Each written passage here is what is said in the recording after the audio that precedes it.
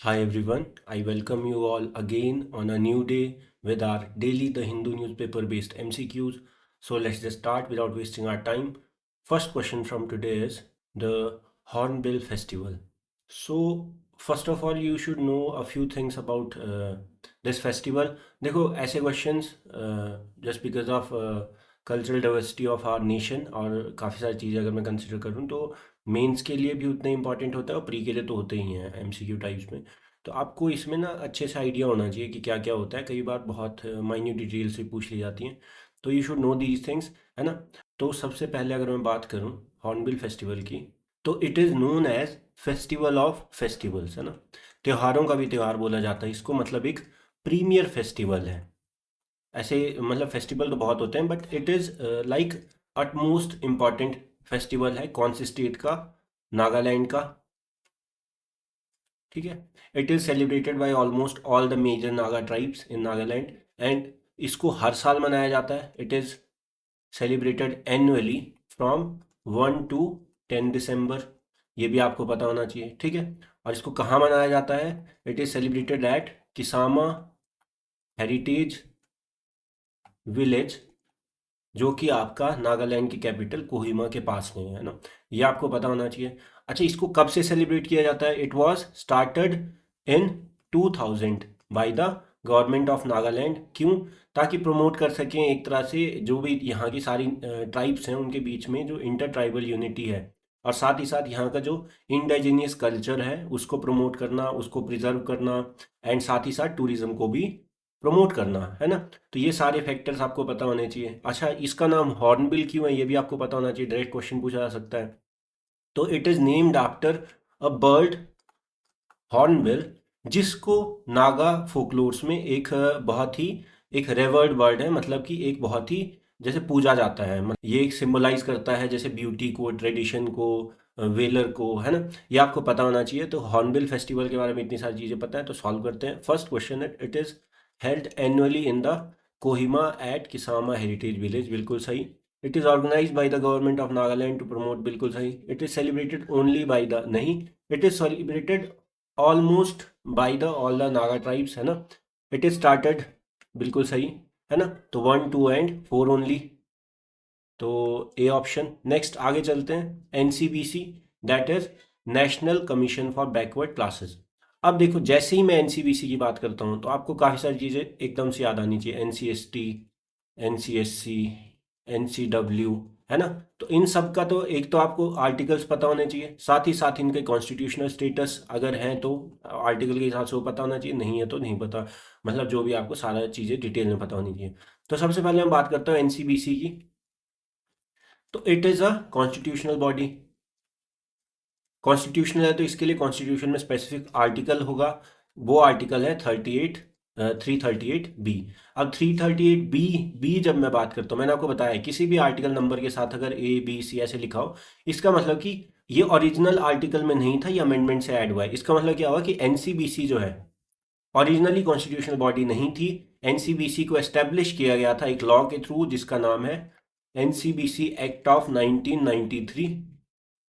ठीक है, पार्लियामेंट से लॉ के थ्रू आपका ये बॉडी एस्टेब्लिश हुई थी। तो उस टाइम पे सिर्फ एक लॉ पास किया गया था, कॉन्स्टिट्यूशन में कोई आर्टिकल नहीं था इसको लेके, तो ये कॉन्स्टिट्यूशन बॉडी नहीं थी, कॉन्स्टिट्यूशन अमेंडमेंट नहीं थी। बाद में इसको 2018 में by 102nd constitutional amendment constitutional status दिया गया है बाय इंसर्टिंग 338 बी। ये आपको समझ आना चाहिए, ठीक है। तो यहाँ तक मुझे लगता है आपको समझ आ चुका होगा। एनसीबीसी में कितने मेंबर्स होते हैं? 5 मेंबर्स होते हैं, जिसमें आपको पता है चेयरपर्सन, वाइस चेयरपर्सन और 3 मेंबर्स और होते हैं। इनको अपॉइंट कौन करता है? प्रेसिडेंट। प्रेसिडेंट अपॉइंट करते हैं, ये भी आपको पता होना चाहिए। तो इतनी सारी चीज़ें। तो जब मैंने आपको एनसीबीसी डिस्कस किया तो क्वेश्चन सॉल्व करते हैं। It was established by an act of parliament in 1993, बिल्कुल सही। तो इनिशियली एक स्टैट्यूटरी बॉडी थी, 1993 में एनसीबीसी एक्ट ऑफ 1993 से एस्टेब्लिश हुई थी। और बाद में 2018 में एक अमेंडमेंट के थ्रू 338 बी जो इंसर्ट करके इसको कॉन्स्टिट्यूशनल स्टेटस दिया गया, बिल्कुल सही। It is established under article 338। Establish तो ये इसके थ्रू हुई है ना, इसको कॉन्स्टिट्यूशनल स्टेटस दिया गया था इसके थ्रू, तो एस्टेब्लिश नहीं बोल सकते। Its members are appointed by the president, बिल्कुल सही। तो 1 2 and 4 ओनली। तो यहाँ पे ना थोड़ा माइनर कन्फ्यूज़न हो गया होगा, है ना। तो एस्टेब्लिश तो नहीं बोल सकता मैं, मतलब तो मेरे हिसाब से तो ये गलत ही होगा। बाकी देखो ये वर्ड्स का खेल होता है, बट हाँ हमारी जैसी अंडरस्टैंडिंग है। अगर एस्टेब्लिश की बात करूँ तो एस्टेब्लिश ऐसे हुआ था, ना कि ऐसे, है ना। इसको प्रमोट किया गया था to the constitutional status by this article. तो थर्ड मेरे लिए तो गलत ही होगा। तो डी ना होके ये हो जाएगा आपका, यहाँ पे ऑप्शन होगा भी कि नहीं होगा, यहाँ पे ऑप्शन ही नहीं है।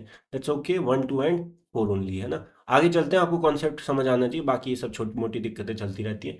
नेक्स्ट इज, अच्छा ये तो यहाँ पे क्वेश्चन ही आ गया, मैंने आपसे ये क्वेश्चन पूछना था एक्चुअल में ना। तो एनसीएससी और एनसीएसटी भी होता है। देखो एनसीबीसी क्या है, national commission for backward classes, जो कि सोशली एजुकेशनली बैकवर्ड क्लासेस हैं, उनके राइट्स, उनका जो भी वेलफेयर है, उनके राइट को सेफगार्ड करना, इन सब चीज़ों पे फोकस्ड है ना।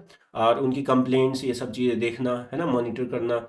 अब सेम ऐसा ही शेड्यूल कास्ट शेड्यूल ट्राइब के लिए भी होगा, और सेम ऐसा ही वुमेन के लिए भी होगा, नेशनल कमीशन फॉर वुमेन, है ना। तो ये आपको समझ आता है। तो मैं आपसे एक क्वेश्चन पूछता हूँ, अगर ये क्वेश्चन ना हो तो इनमें से कौन कौन सी बॉडीज जो है वो है कॉन्स्टिट्यूशनल है, ये आपको बताना है, ठीक है। इनमें से कौन कौन सी, इन चारों में से कौन कौन सी बॉडीज कॉन्स्टिट्यूशनल, इनमें से एक का तो मैंने बता ही दिया। तो ठीक है, मतलब बताने को तो यहाँ पे शायद सारे ही आपको पता लग जाए, बट स्टिल आपको अगर अंडरस्टैंडिंग हो चुकी है तो आप कमेंट में जरूर बताइएगा कि इनमें से कॉन्स्टिट्यूशनल बॉडीज कौन कौन सी है। तो अब बात करते हैं। सबसे पहले तो ओरिजिनली सिर्फ ये था कॉन्स्टिट्यूशन में, आर्टिकल 338, दैट इज एनसीएससी। तो मतलब कि इसको अमेंडमेंट के थ्रू नहीं लाया गया, इसका एस्टेब्लिशमेंट ही आर्टिकल के थ्रू हुआ है, दैट इज 338, नो अमेंडमेंट, ये आपको समझ आना चाहिए। तो ये ओरिजिनली था। लेकिन जो एनसीएसटी है वो आपका अमेंडमेंट के थ्रू, दैट इज 338 ए में है ना। देखो आपको समझ आ रहा है ना, 338 ओरिजिनल आर्टिकल, 338 ए, 338 बी, मैंने आपको क्या बोला, जब ये ए बी सी किसी आर्टिकल के आगे लगता है तो मतलब वो रिसेंट अमेंडमेंट से इंसर्ट किया हुआ है वो वाला आर्टिकल के अंदर, है ना। तो ये आपको समझ आना चाहिए वो पार्ट्स। तो 338 तो ओरिजिनली था, मतलब कि एनसीएससी, ये आपको समझ आ गया। 338 ए होता है आपका ancestry, national commission for scheduled tribes, और 338 बी आपका जो मैंने अभी बताया था ऊपर, दैट इज एनसीबीसी, ये आपको समझ आता है, ठीक है। तो आर्टिकल 338 एनसीएसटी नहीं होगा, एनसी आपका एससी होगा, और 338 ए होगा एनसीएसटी, ये आपको समझ आता है, ठीक है। तो ए का 2, बी का 1, तो ये हो जाएगा, ठीक है। आगे चलते हैं। अच्छा यहाँ पे इस पे भी क्वेश्चन आ ही गया, नेशनल कमीशन फॉर वुमेन। तो national commission for women is not a constitutional body, इसके लिए कॉन्स्टिट्यूशन में कोई आर्टिकल नहीं है। It is simply a statutory body under NCW act of 1992, समझ आता है, ठीक है। तो next is world soil day. तो जब हम सॉइल की बात करते हैं तो आपको पता है सॉइल सबसे इम्पॉर्टेंट फाउंडेशन है हमारे एनवायरनमेंट की। विदाउट सॉइल कोई भी चीज़ हमारे आसपास है इतनी आसानी से पॉसिबल नहीं हो सकती। चाहे हम जब बात करते हैं कि ग्राउंड वाटर लेवल की बात करें, सॉइल के थ्रू ही वाटर आपका, ग्राउंड वाटर जो है वो रिचार्ज होता है सॉइल के थ्रू आपका परकोलेट होके। ये सारी चीज़ें होती है सॉइल पे ही, सारी चीज़ों की फाउंडेशन होती है। सॉइली बेसिस है जिस पे हमारे प्लांट्स ये सब चीज़ें ग्रो करती हैं। सॉइल ही हेल्प करती है आपका न्यूट्रिएंट्स अब्जॉर्प्शन में, जो फिर वो प्लांट्स को प्रोवाइड करता है। और सॉइल के थ्रू ये आपका जो है कार्बन सिंक भी एक तरह से वर्क करता है, कार्बन अब्जॉर्प्शन, है ना।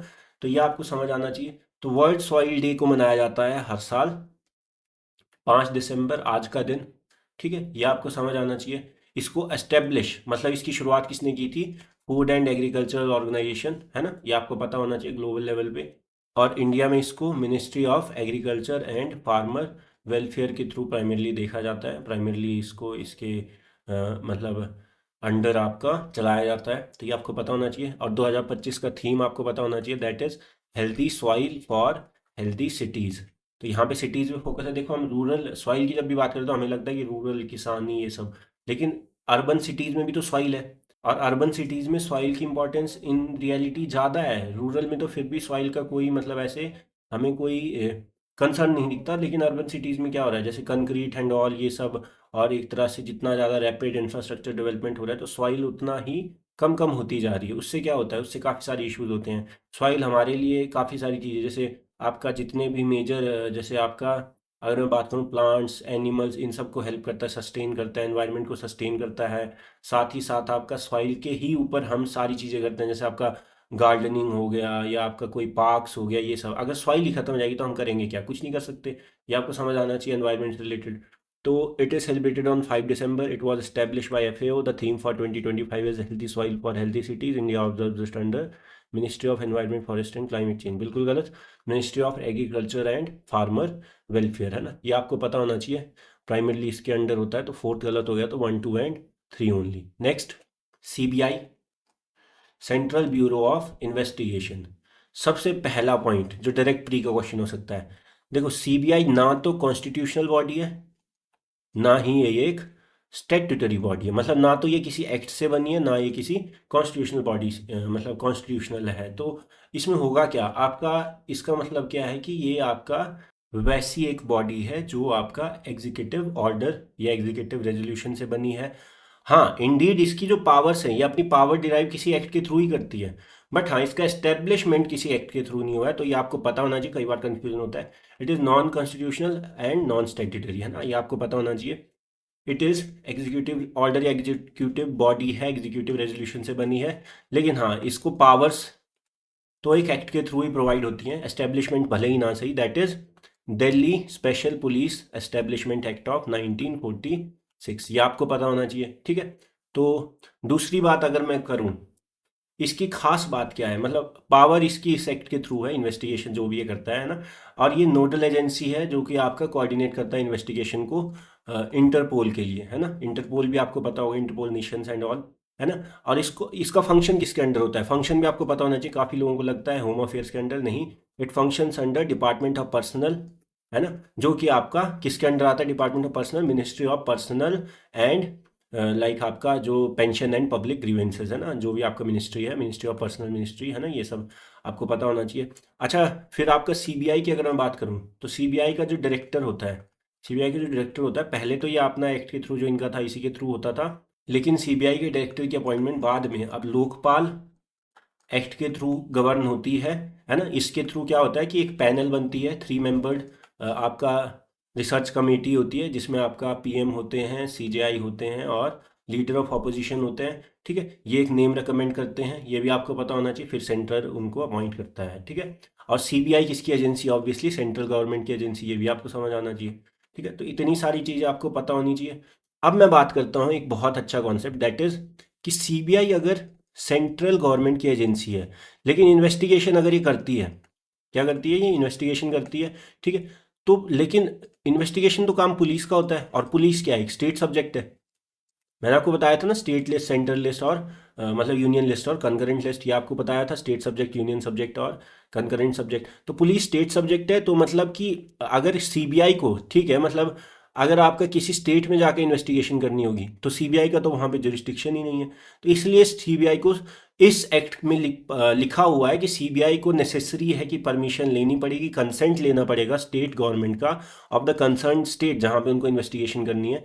तो मतलब कंसेंट इज नेसेसरी, है ना, consent of the state government is necessary because police is a state subject. तो इसमें क्या होता है कि सीबीआई अब कंसेंट 2 टाइप्स के होते हैं, एक तो होता है जनरल कंसेंट, एक होता है सब्जेक्ट स्पेसिफिक कंसेंट। अब इसका मतलब क्या है, देखो बहुत सिंपल चीज़ है। अगर मान लो सीबीआई को किसी स्टेट में जाके इन्वेस्टिगेशन करनी है, तो ये एक्ट क्या बोलता है, डीएसपी, जिससे मतलब आपका सीबीआई पावर आपका डिराइव करती है, that is Delhi special police establishment act of 1946। ये बोलता है कि स्टेट का कंसेंट नेसेसरी है because police is a state subject. तो सीबीआई अब स्टेट में जाएगी तो स्टेट का कंसेंट मांगेगी, लेकिन अब होता क्या है कि हर बार जैसे मान लो हर एक नए केस के लिए स्टेट का कंसेंट मांगने नहीं जा सकते, मतलब प्रैक्टिकली पॉसिबल नहीं है, काफ़ी सारे इश्यूज हो सकते हैं।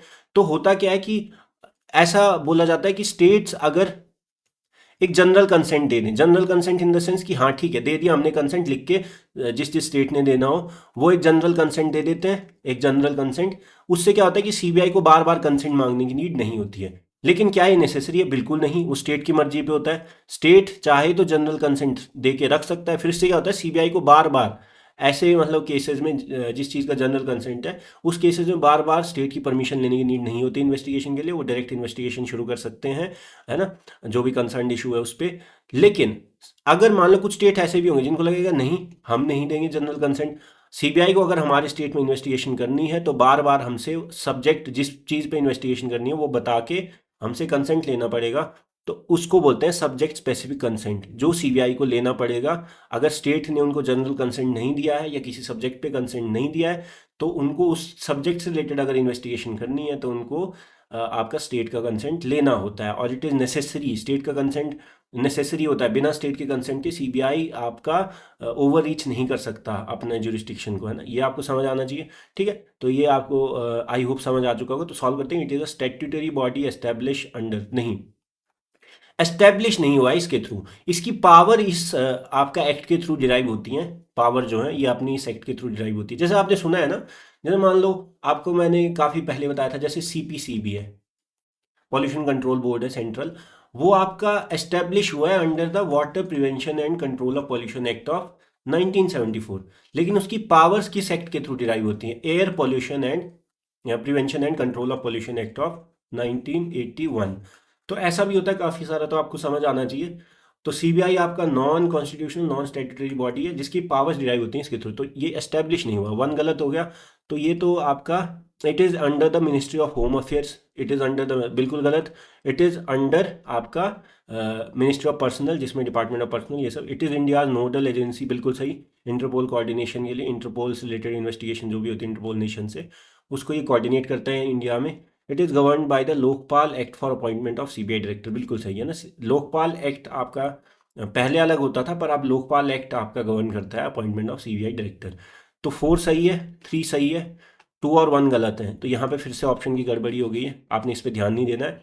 आप याद रखो, देखो कई कई जगह आपको शायद लिखा भी मिले कि स्टैट्यूटरी बॉडी है, तो वो आपको उन सोर्सेज पे भरोसा नहीं करना है। अगर आपको फिर भी गलत लगता है तो आपकी मर्जी, but trust me, it is not neither constitutional not statutory, है ना। ये एग्जीक्यूटिव रेजोल्यूशन से बनी है, हाँ, लेकिन इसकी पावर इस एक्ट से डिराइव होती है। पावर डिराइव होना और एस्टेब्लिश एक किसी एक्ट के थ्रू होना, दोनों में बहुत फर्क होता है।